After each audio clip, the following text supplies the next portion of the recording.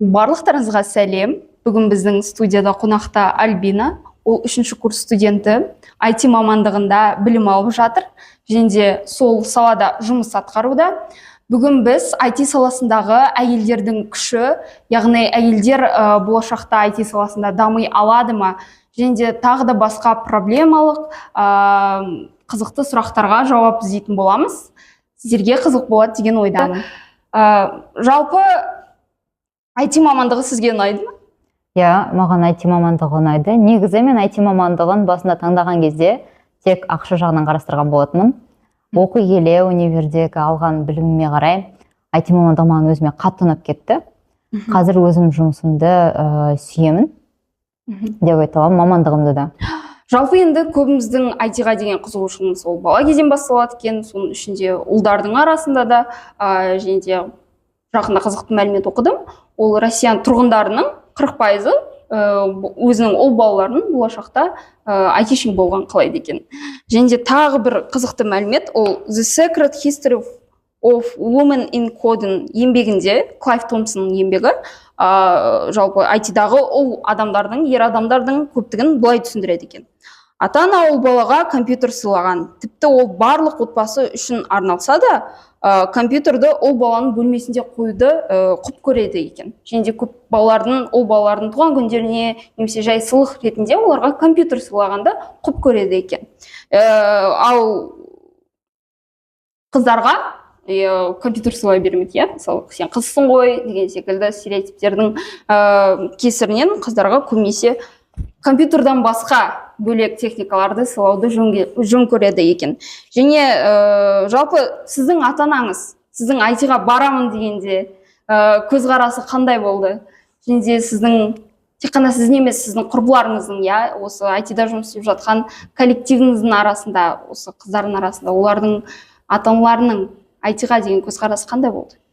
Мен өзім ата-анамды айтатын болсам, менің ата-анам дворник болсаң да өзің біл деп айтады. Негізі өзің біл, қай мамандық, жүрегің сүйген мамандыққа бар, ақшаны барлық жақта тауып аласың деп айтатын.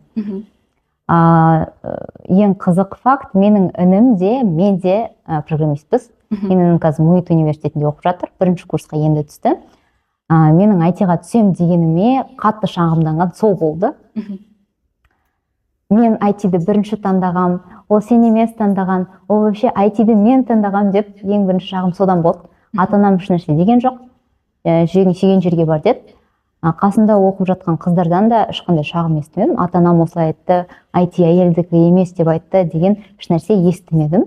Бірақ ата-аналардың ішінде баламды программированияға жіберем, ал қызымды биге жіберем деген бар екендігі өтірік емес. Өйткені қазір мысалы қарап тұрсақ, мен программированиядан мұғалім болған кезде группаның, топтың ішінде 80-нен жоғары пайызы ұлдар болды. Кішкентай 7 жасар, 6 жасар ұлдар көбінесе.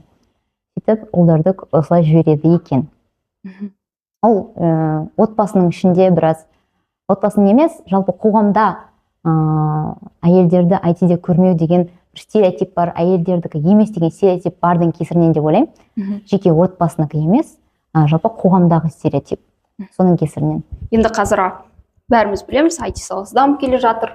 Искусственный интеллект дейміз, жасанды интеллект тоже үлкен даму үрдісінде қазір.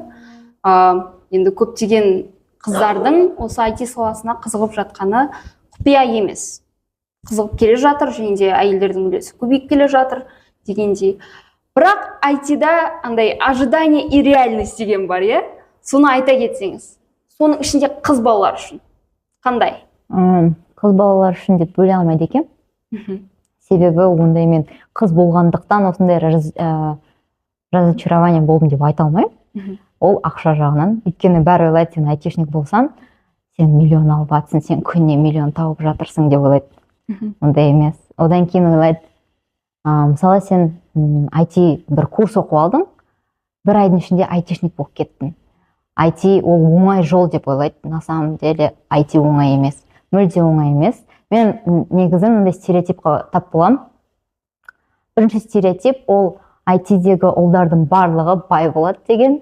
Екінші стереотип IT-ге қыздар бай жігіт табу үшін түседі деген стереотип. Өйткені өзіме ол келген болатын. Бірақ ол өтірік, миф.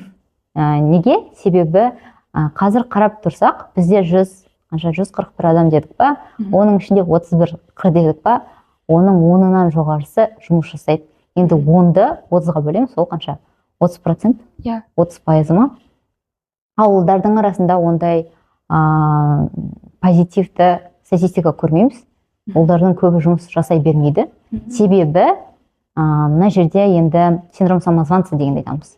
Өйткені қыздар IT-ға келген кезде ойлайды, я недостаточно хороша деген ой ылғи. Одан кейін басқа СМИ жағынан, я болмаса жақындардың жағынан, болмаса ауылдардың тарапынан бір стереотиптер болады, қысым болады. Соның кесірінен сен көбірек оқисың, көбірек талпынасың. Соның арқасында сенің